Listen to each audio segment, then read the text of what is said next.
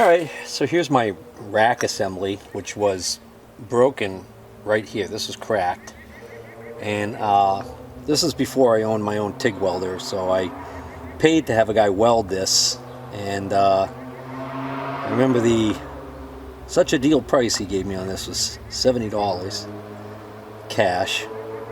And that was pretty much what made me think I really ought to get a TIG welder and learn how to TIG weld.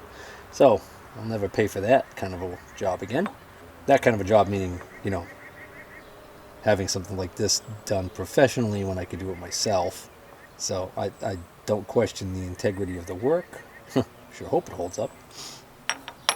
Then this assembly here, this is the end cap that goes into the cylinder. It's got an O-ring here. I've got the new O-ring for that. And then there's a second O-ring shown in the parts diagram on this assembly that I can't find. So I think that what it is, because it's supposed to be like here, I think what it is I think it's actually an internal groove. So I think I have to take this shaft out, and I think if I look inside there once the shaft is out that I'm going to see that O-ring. At least I hope that's what it is. So this is a self-locking nut, so I got to remove that. Yep, that's exactly what it is. There's a groove in there. I just used a pick to get the edge of that out. I'll tell you, the locking nut, the self-locking nut that held that piston cup on the end of this thing was on there so tight I had to use an impact driver to get it off. So I'm going to clean up these parts really well, and I'm going to pop the new O-ring in here and the new O-ring on the outside here and reassemble it. I cleaned up the hardware here, and this is what I had left for bolts that were with the other steering parts. So the thickness of this casting compared to the thickness of this, I have 8 bolts left, 4 for this and 4 for this, but the thickness of this casting compared to this tells me that the longer ones must go through here. What's unusual is, for some reason, out of the 8 bolts that I have left, I have 3 long ones like that, 1 that's slightly shorter, and then 4 that are even shorter. So the 4 really short ones here are going to be for this. One of these, all 4 of these had one of these flat washers on it. And for some reason, only one of these had a lock washer on it, which means either these aren't supposed to have lock washers, or there's 3 lock washers were missing on this. I don't know. Then 4 lock washers to go on these 4. I reassembled this downstairs out of camera view. So what I ended up doing here was installing the new O-ring on the inner groove. I lubricated this shaft and the O-ring bore there with some power steering fluid to help ease installing this. I replaced this O-ring here. This O-ring is a different material. It's white. It's probably a Viton or something like that, and that's perfectly fine. But that's what they shipped me as a replacement for the International Harvester part number that I ordered. Of course, none of these are probably original IH parts. They probably just size them. You know, they have a chart somewhere telling them the magic numbers. Then I reinstalled the cup or the piston, and they warn you that the cupped side has to face in or out, depending on which way you look at it, but this way. And then I reinstalled the self-tightening nut. I don't know the torque spec on that, so I just torqued it down, you know, good and hard. And now I'm going to slather this with some power steering fluid and ease it into the cleaned out cylinder.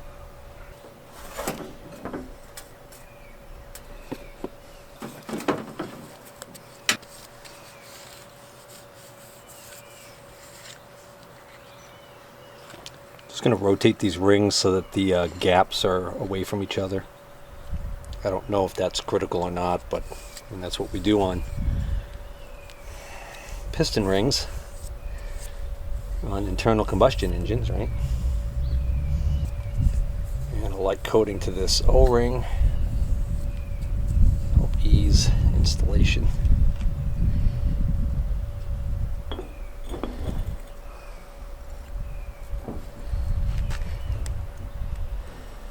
I don't know if there's a bevel to that or not to help aid installation of these rings or not.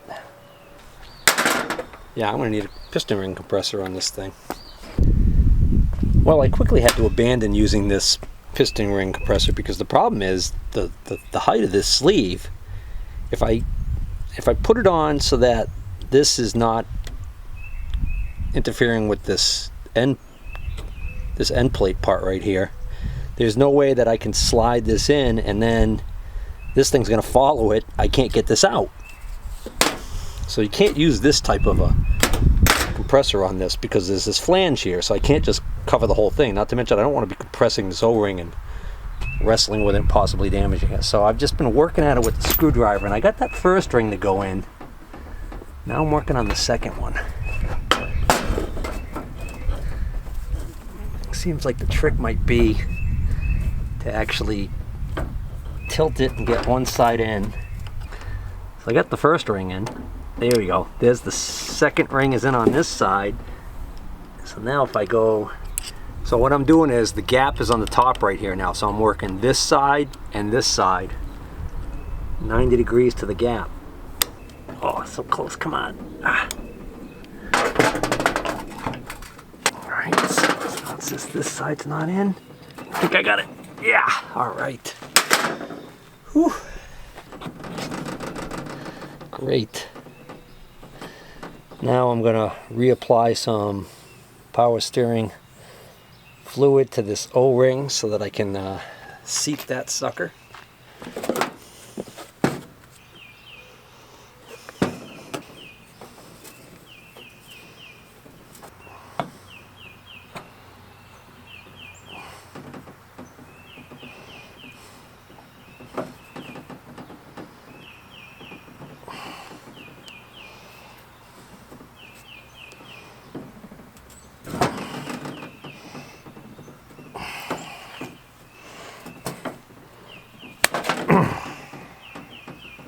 Oh. Alright, the parts diagram and other photos show that these ports should face up on the cylinder. So I've got to turn this 90 degrees, like so, and now I've got to put the rack on this. Now there's nothing to indicate what holds this pin in. It almost appears as if the pin basically is held captive by the fact that this is riding back and forth on this. Or is it a press fit? Might be a press fit. Yeah, it looks like what they did was, see, I see a couple of steak marks there. And I don't mean like T-bone steaks. So what they did is they peened that with a punch right near the hole end, and that closes this end of the hole so that that pin can't come out this way. I don't know how tight of a press fit this is, but I'm going to find out. Feels like there's enough play in there that I can actually tap this in, so it's just slightly proud of that. So that's just slightly proud of that, so now I can put this on here and I can feel for when it's lined up. Sort of.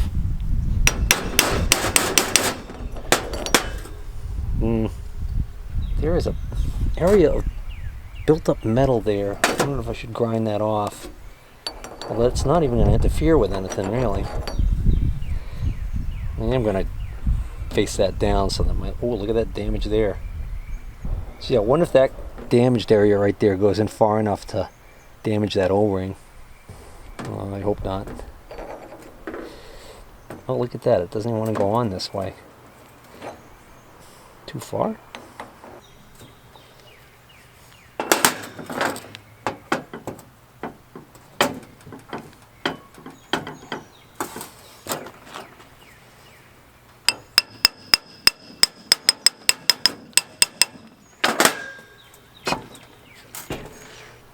What the heck's going on here?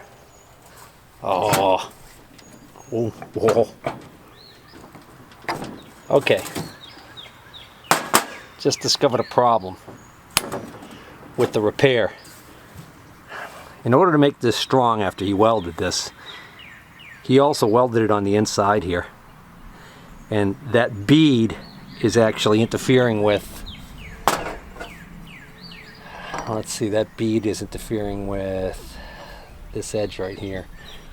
All right, I used my handy bench block to push this pin back out.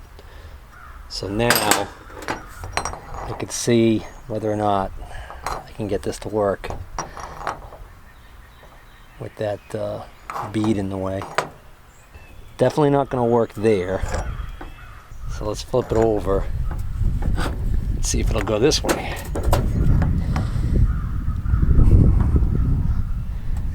And it's not going to work there either. But this is definitely the, for whatever reason, the closer area. Okay, so yeah, because this raised area of metal right here is going to be interfering with it more. Okay, so what I'm going to do is, actually, I was contemplating whether I should grind that metal off there anyways, and I think that's what I'm going to do. So I'm going to grind that metal off right there and bevel this edge right here. It's not ideal, but it's the only way I'm going to be able to use this rack unless I grind that bead. But the problem with that is it's going to be tricky for me to get down in there and grind that, and not only that, but I'm going to undo the strength that he has created by putting that bead down in there. Capiche? Yeah. All right. Gotta love cant twist clamps.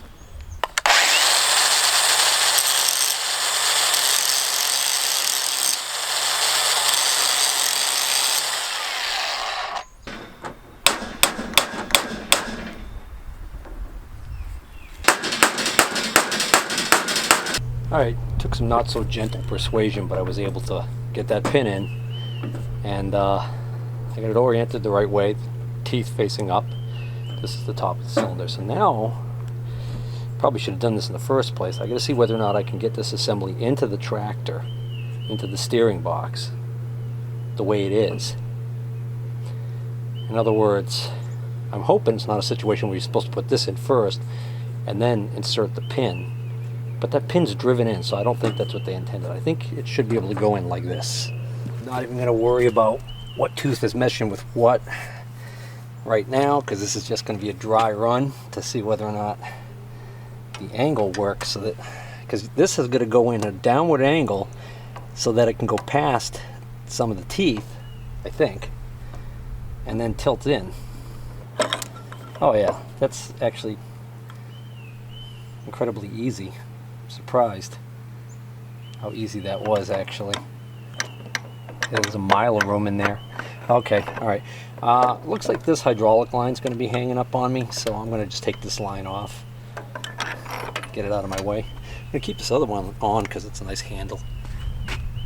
All right, so hopefully we'll be able to get this all back together today. It's the following day, and it's beautiful out. So the manual says that you're supposed to have the first tooth on the sector gear that's on the shaft in here. The first tooth of that is supposed to mesh with the first groove on here, on the rack. If you bring this all the way over, so what I'm doing now is I'm turning the wheel all the way over to the left, making a left-hand turn as far as possible, which makes this shaft go clockwise to its limit. When you do that, if I feel up underneath here, I could feel that this sector gear has turned so that the tooth all the way over on the right is actually almost at the straight up and down position, and then all the other teeth are wrapping around this way. Okay, so I just dry fit everything up, for lack of a better term. Bolted this in temporarily, bolted the pad on temporarily, and went lock to lock, and it seems like it's working well. I can even, put my finger over here and feel it building pressure, which is a good sign. So now I'm going to take this apart, get my gaskets all prepped and ready so that I can do a final run on this thing. so that hopefully I won't have to take this apart again. One last assembly tip before I put this together again. When making sure that this groove lines up with that tooth, again, I'm to the full turn left position. That means rotating the steering wheel counterclockwise all the way to the lock, backing off just a little bit just to make it a little bit easier, and then that's going to put that tooth that's all the way over to the right of that sector gear, that's going to put that almost vertical. And when I put my finger in, I can actually reach up and touch the right side of that shaft and feel the smooth area where there are no teeth, and bring my finger down until I can feel the side of that first tooth. So my finger's in there like that. I touch the smooth side of the shaft here, come down until I feel that tooth, and I rest this finger on that tooth and keep it there. Then I bring this rack in down at an angle, and then I feel this right here hitting my finger.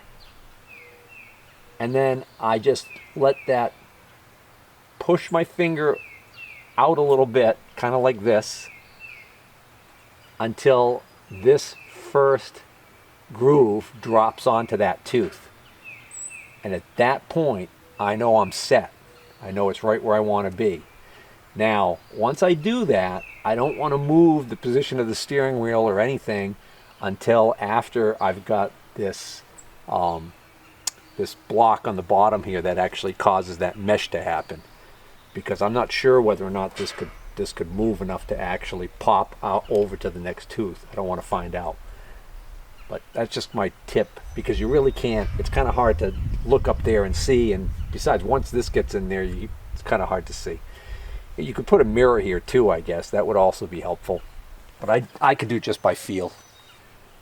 This flex head, long handled 3/8 drive ratchet really makes it easier. With an extension, it makes it a lot easier to deal with that bolt on the back corner there, even this one on the front, because of the way the bend is here with the hydraulic line, and you get the brake pedals in the way right here. So this can kind of let you wrap back around and get these tightened up. I also, of course, use my drill driver with its little attachment there to zip them in quick, get them started. And then I also have the little U-joint.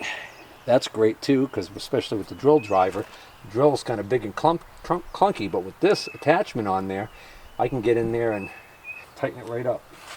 Remember I said one of these 4 bolts was a little bit shorter than the other one? I put the short one in this back corner, and I think that might have been by design, because that way it doesn't stick out any past this point. Not that this sticks out much, but it would just give you a little bit more clearance to get a wrench in there or socket in there to tighten or loosen that jam nut on that adjustment.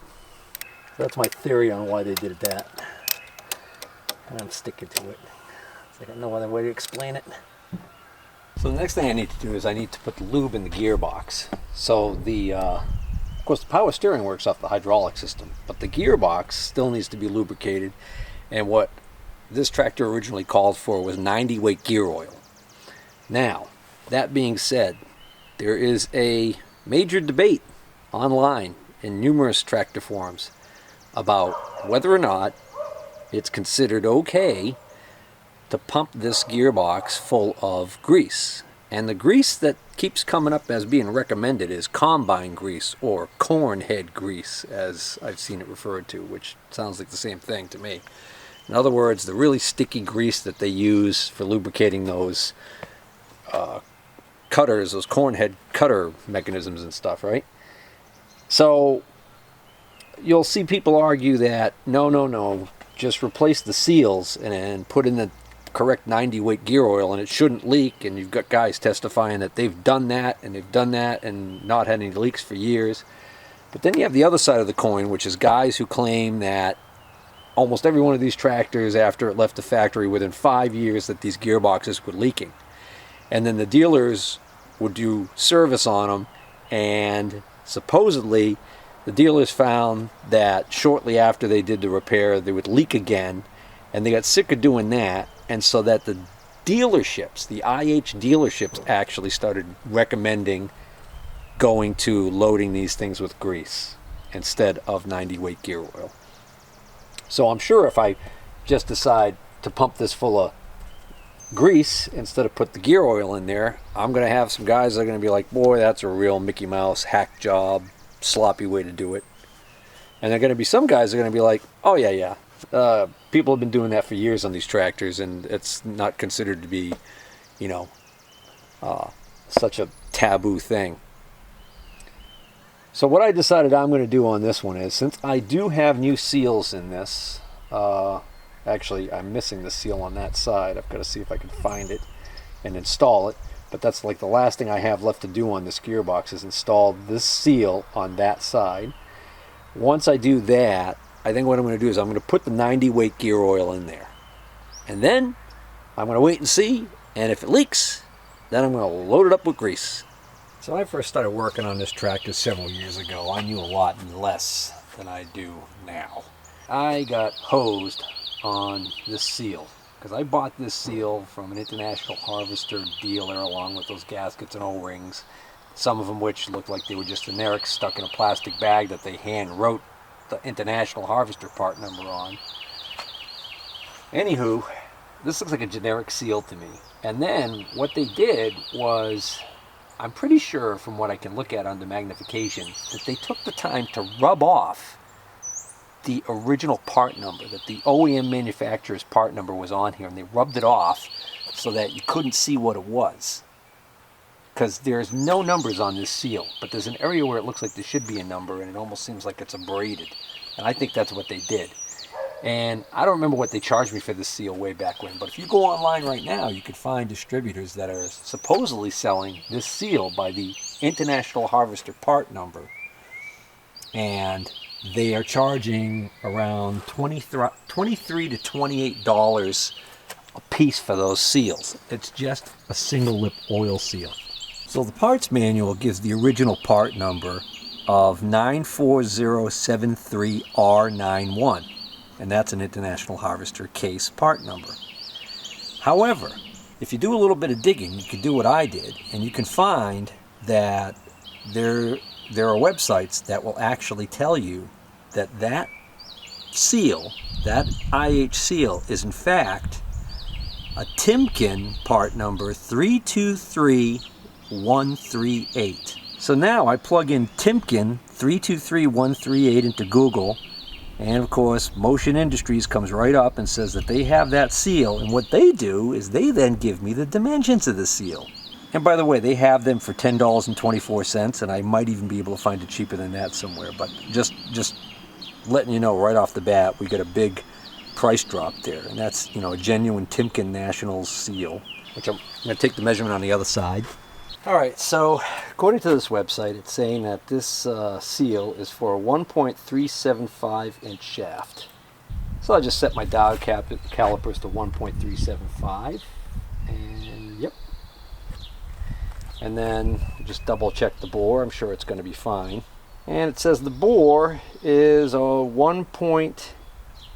it says that the OD of the OD of the actual seal is 1.834. Set my dial calipers to 1.834, and just about goes in, which makes sense because it's a press fit. So that's what it is. And we got some rain moving in, so I decided I want to tarp this whole thing while I'm waiting for this seal to come in. I couldn't get it locally. Every place locally said they were going to have to order it anyways, so since I was going to have to wait anyways, I got it off of Amazon. It was actually cheaper that way. It's going to be like $7 and change delivered. So once I get this seal in, then I can top off the oil in here and move forward. In the meantime, I reinstalled the starter. I found an extra thick washer to put on here to deal with this broken part of the casting right here that you guys had seen. And I think that's going to be good enough. And then I just had it running again. Decided to run it, filled my little temporary tank up and just ran it until that ran out. Started right up, so the motor's running good. I'm happy with that. Caught carburetor looks wet with gas, so not sure whether or not I've got a little bit of a...